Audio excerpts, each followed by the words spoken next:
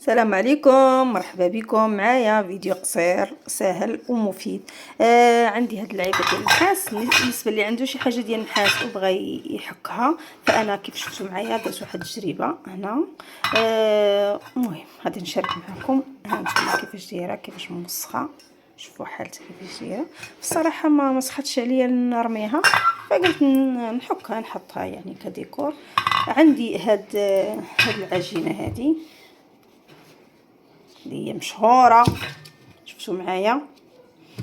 غادا ننظف بها هاد الانيه هذه، وغادي نوريكم النتيجه كيفاش كتخرج. خليكم معايا.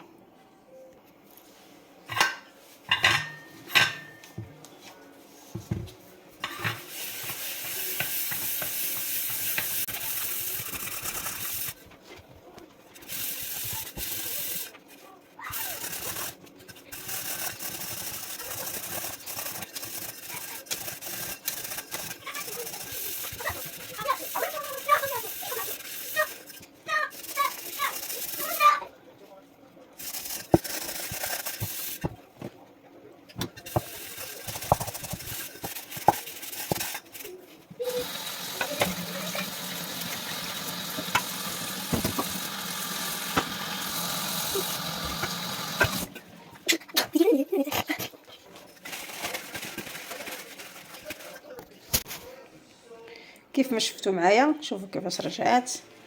هي راها قديمه بزاف، يعني راه عندها واحد تقريبا اكثر من 60 عام. يعني انا بصراحه ما سخطش عليا نرميها، كيعجبني هادشي ديال النحاس.